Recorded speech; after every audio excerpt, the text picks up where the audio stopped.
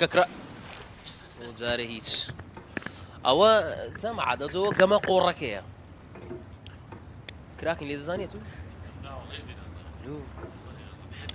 ئەو گەمە خۆشترین گەمەیە لێ بزانین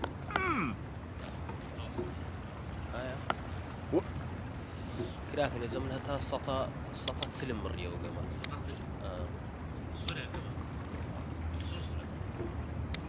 وای لۆمە زۆرە یەکەم زارمانە There's no feeling more intense than starting over. If you deleted your homework the day before it was due, as I have, or if you left your wallet at home, and you have to go back after spending an hour in the commute.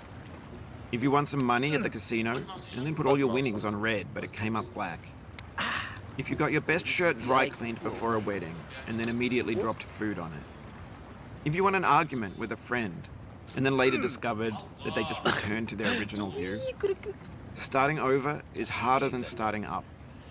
If you're not ready for that, like if you've already had a bad day, then what you're about to go through might be too much. Feel free to go away and come back. I'll be here.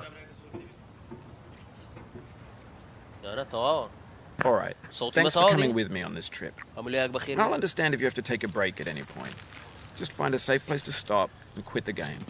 And don't worry, I'll save your progress, always, even your mistakes. This game is a Hello, الصوت من السرسرية. Hello. homage to a free game that came out in 2002 titled Sexy Hiking. The author of that game was Jazero, a mysterious Czech إيرة إز عاسترين designer زي يعني who's زور the سيرة father زور of إيرة. B games. And B games are rough assemblages of found objects. أي. Designers slap them together very quickly and freely. And they're often too rough and unfriendly to gain much of a following. قدو قمنا كريا. They're built more for the joy of building them than كنت as polished products. إزعاج. In a certain way, Sexy Hiking is the perfect embodiment of a good game. It's built almost entirely out of found and recycled parts. And it's one of the most unusual and unfriendly games of its time. In it, your task is simply to drag yourself up a mountain with a hammer. And that act of climbing in the digital world properties that give the game its flavor. No amount of forward progress is guaranteed. Some cliffs are too sheer or too slippery. And the player is constantly, unremittingly in danger of falling and losing everything. Anyway, when you start Sexy Hiking, you're standing next to this dead tree that blocks the way to the entire rest of the game. It might take you an hour to get over that tree. And a lot of people أي تخوا والله لآخري باشا. exploring the limits of your reach and your strength. أو trying to ميرشي find a way بردم up أوا. and over. And there's a sense of truth in that lack of compromise. Most obstacles in video game worlds are fake. You can be completely confident in your ability to get through them once you have the correct method or the correct equipment or just by spending enough time. In that sense, every pixelated obstacle in Sexy Hiking is real. المشكلة أوكي ماوس لازم أودي بي آي نو كنا تخوا كراكين راوس تم نويت ساكن ماوس يزيد كم هاري والله خاوة وش apply Progress. That's a deep أي واتساب frustration, وكاكا a واتساب real punch in the gut. هاري والله تساب زما عاد نقول قدو قمتان كردي أو زمو قمل موبايلي دبي هبي ده برو خواري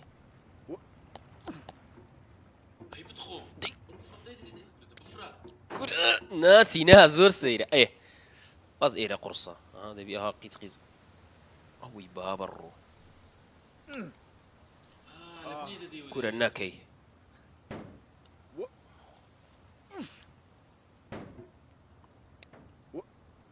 لا كورا ده درم تاقيدي شانس مان نییە نە وەڵام ماوسەکەم لەسەر شکان هاتی من ڕێزەریش بوو وڵای سووم لێ بووە وێڵکەم ئەو ئێستا دەمەکراکی بەس ئێرە ببڕم بەس ئێرە ببڕم دەگەمە سەرێ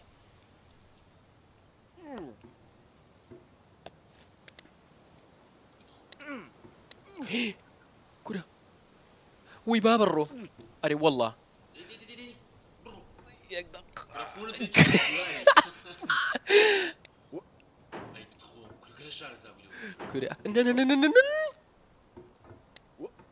أري والله And that makes the game uniquely frustrating. I'm sure Jazro intended to make a frustrating game. The frustration is just essential to the act of climbing, and it's authentic to the process of building a game. A funny thing happened to me as I was building this mountain. I'd have an idea for a new obstacle, and I'd build it, and it would usually turn out to be unreasonably hard. It already felt like my inability to get past the new obstacle was my fault as a player rather than as a builder. Imaginary mountains build themselves from our efforts to climb them, and it's our repeated attempts to reach the summit that turns those mountains into something real. When you're building a video game world, you're building with ideas. كراكن بكوم خواري ليه And that can be كم like يديتوا working with quickset cement. أري والله اللي You mold بكوم your خواري ideas ليه into a كم certain يديتوا shape بقرعة that can be played with. زمع دواي خير And in the مالوكا process of playing with them, they begin to harden and set until they're immutable, like rock. And at that point, you can't change the world, not without breaking it into pieces and starting fresh with new ideas.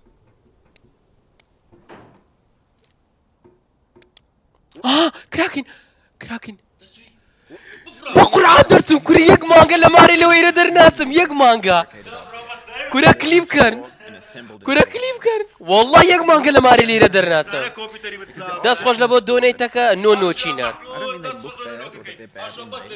أري والله وش بس نوتشي ليدين أولا تولاتها شي نوتشي دنيري Things are made to be consumed قرعان and درتو used in a certain context. And once the moment is gone, they transform into garbage. In the context of technology, those moments pass by in seconds.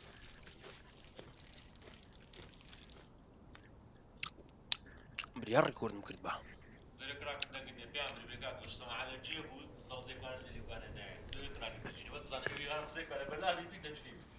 لو يعني سنة صولتنا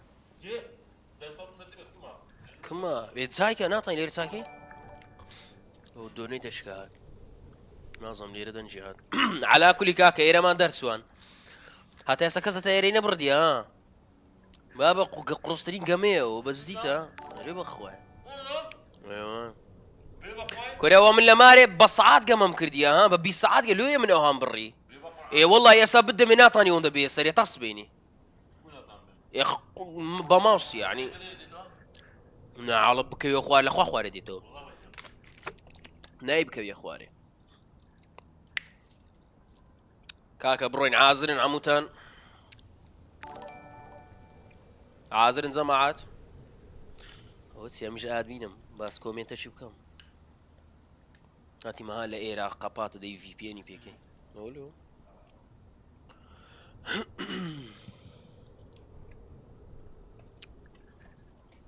يلا كاكي سيرش فيني هم اللي اقبخ يعني 1500 كس سبسكرايبي كانال كمان كان كراكن جيمنج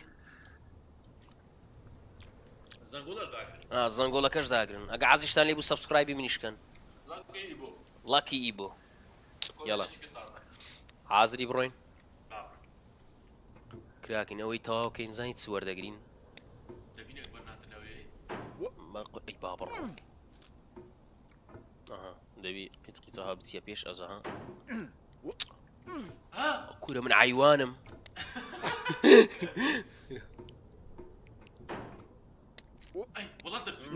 والله من عيوانم مولو ناسي رايك دق إلى الزور خطر الزور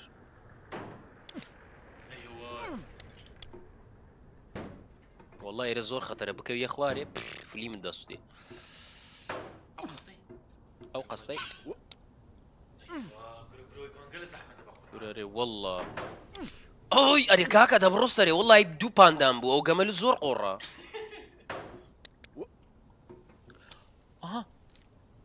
والله أخذ قرمان بس سريبي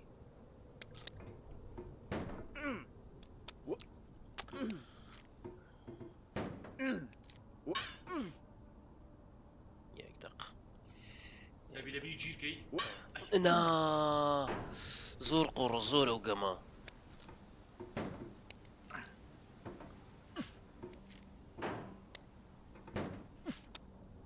إذا بقرا بالناس موت سكت زور لوسا نايجري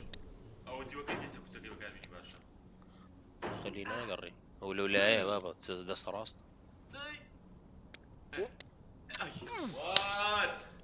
صار بلد بدوي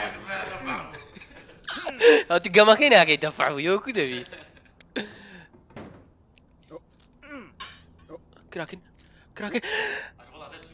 Over time, we've poured more and more refuse into this vast digital landfill that we call the internet. It now vastly outnumbers and outweighs the things that are fresh and untainted and unused.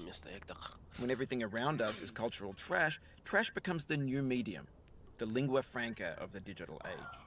And you can build culture out of trash. But only trash culture. Be games, be movies, be music, be philosophy. هذا الرأي بس هو نظم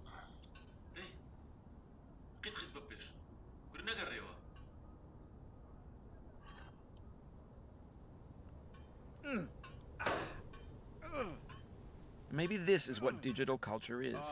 A monstrous mountain of trash, the ash heap of creativity's fountain. A landfill with everything we ever thought of in it. Grand, infinite, and unsorted. ورناكم اخواري وي بسم الله يا سلي رتب كم او ها ولا خلصتوا ها There's 3D models of breakfast, Gen X's fanfic novels, scan magazines, green screen Shia LaBeouf, and stuff scenes on Facebook's got lifelike يلا جماعة سبسكرايب ما كان and candid shots of Kanye and Taylor Swift car crash epic failed gifs, Russian dashcam vids, discussions of McRibs, discarded, forgotten, unrecycled, muddled, rotten, untitled. وهيك ساعات بليلة تقوينا ما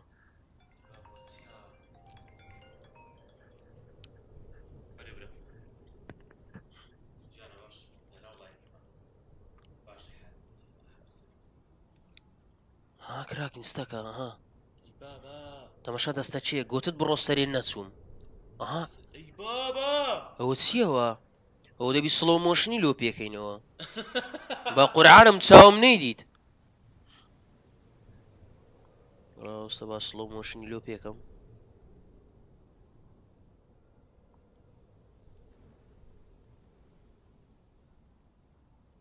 ئەها ئەوەتە یەک دەقە یەکو دەست سێرە دەی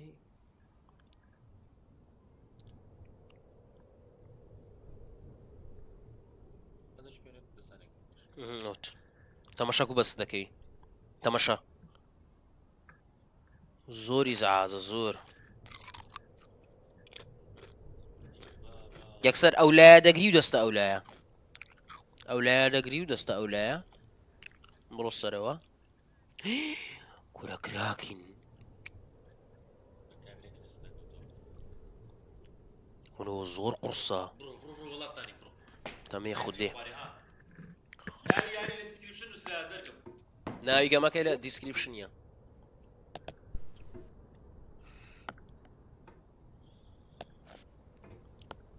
کور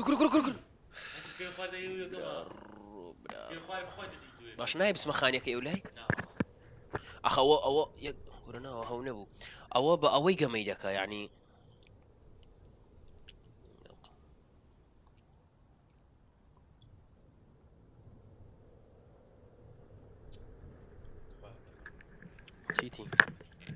مۆدەرەیتەرەکان کاکە واز لە چاتکردن لەگەر یەکتر بینن واز لە چاتکردن لەگەر یەکتر بینن واز لە قسەی قۆڕ و لابەلا بینن جوابی ئەو عالەمەی بدەنەوە ئینستاگرامی دادنن سناپچات دادنن جوابی عالەمەکەی دەنەوە واز لەوەی بینن زەرجی من ناو یەک کەتینە ناو چات لەگەر یەکتر بابی من ڕۆڵی هەمووتان بادانەگرم تکاتان لێ دەکەم ئاخر جارتان بێ ئاخر ئاگادارکردنەوەیە یەکەیشم میوت کرد ناوی حەزم لێ ناوی نێنم بەخۆی دەزانین چێم میوت کرد یەک لە مۆدەرێتەرەکان بەس عاقر بن برای من بەس خەریکی وەی بن ئەوەندە مەنووسن کراکنە چیشتان پێدا بنووسن کراکنە بەنگۆ مۆدەرێتەرن خەرگوا دەنووسی کراکنە بۆ چیشتان پێدایە ئەنگۆگاتە لە چاتی کراکنە بلەو مەنووسە کراکنە بەخوا مۆدەرێتەرەکە تا ڕاست دەکەمەوە بێتامتان کرد 100 جاری ئاگادارتان کەمەوە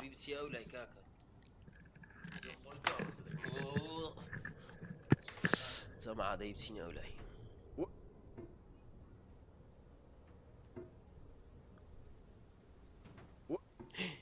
كورة دارتهم كراكن بقرآن. Everything's fresh for about 6 seconds until some newer thing beckons and we hit refresh.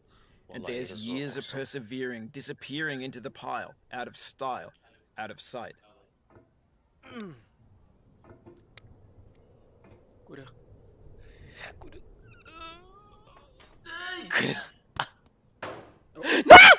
وي بابا برده مو كرام بولاي دابس مو زاركاك او درنايني ياك دقه والله بودارينا طاني بخواي كابرا وها بس ذكي بدارك بس هناك كابرا لو يجي ذكاء هربا اصلا اي والله تو هي سيز In this context, it's tempting to make friendly content that's gentle, that lets you churn through it but not earn it. Why make something demanding if it just gets piled up in the landfill, filed in with the bland things? باشلو خركة دقات يا بناقيني والله ناقيني كلنا يا اخواني بقى عندك ويكم كل وي بابرو من دريم سيصد لي دات زعما عددي انجو والله ابراهيم نايرم كان بدا ما دار كده داسكراك هذا كتخاق كاكا زعما الله يشي لايف كيك انو سبسكرايب ما كنا قرنين قيشت تصن لايشي والله عيبه نقات 3000 لايشي زعما لايك سبسكرايبي كانال كاش ما ممكن كاكا دي باب الروا باب فري عازري اي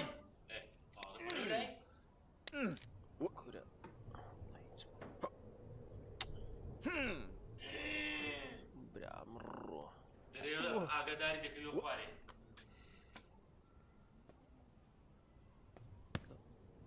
بس يرمى يا كاكا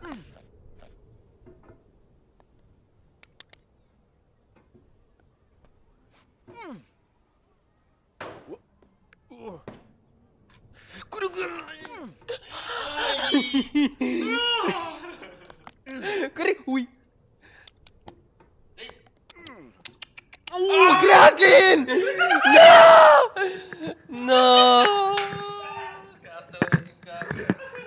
كاكا لا من خوا عافيس خوا وجيانا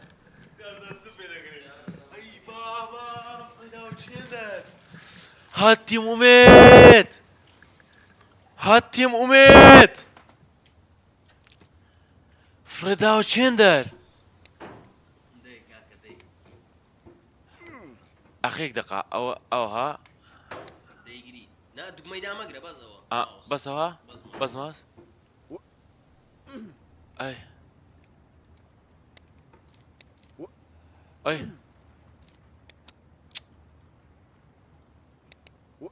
خوا دي أي دي قيم هنا قيم يك دقة دي قيم لو بيش لو خواري لا أنا كم خواري لا صنوك كي أنا أهاري تام ده تمام سكتان زمناش شنو توم علي لا صنوك كراسة هراش دي اوكي ها هذا اللي ويش دي تيجي يشتم لا كم خواري كرة كروستيو زو قروا كرة قال قرصة بقرآن قال قرصة هذا ما تسكت أنا عليه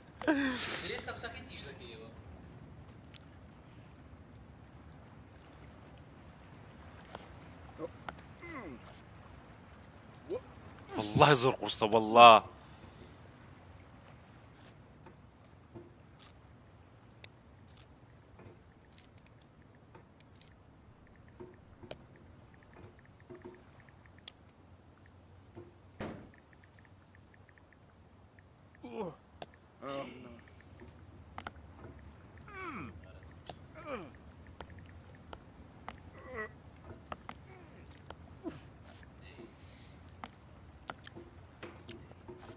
قرآن قال قرة ناكري زور قرة زور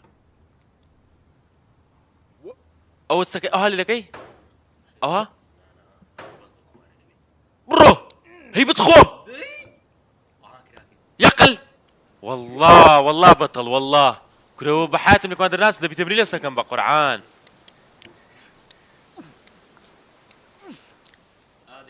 وەزعەکە شڕە گوڵم ئێش پەڕێنەوە ئێرە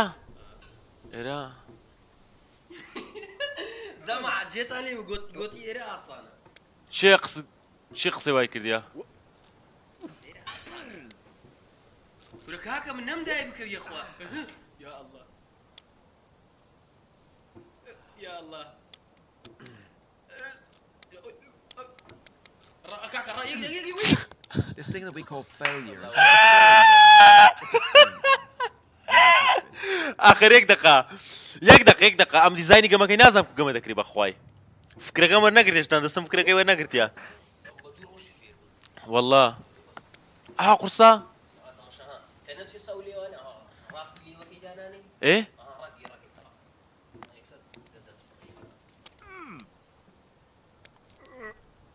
کا 2600 لایک مالو هاتێ بتان خۆم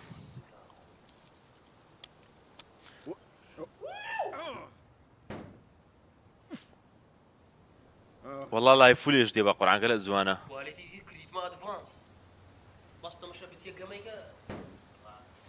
مام یاریگەی بەخێر بێت لێ من بخێر بێت ڕۆحی من بێتکەم بڕۆ هەلۆ کراکن چی بووە کورە برای من ئەو گەمە زانی چ دەکەین ئۆی گوتم چین ناو جیتیەش بە مەرزێ بەسە چیاکەین دەی ئەی بتخۆم کورەی بتخۆم what the fuck بە قورعانگە لە جوان فێر بووی بە قورعانگە لە باش فێر بووە ستایەکی گەرم میقۆ بەخێر بێ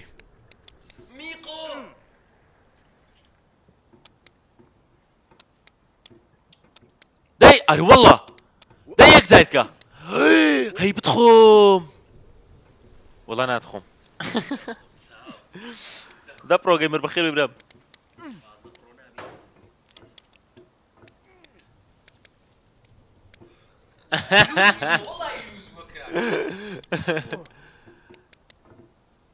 ئەوەندم لە عاردیداوە هەڕاست دووز بوو بەردەکەت پێ دیش دەکردەوە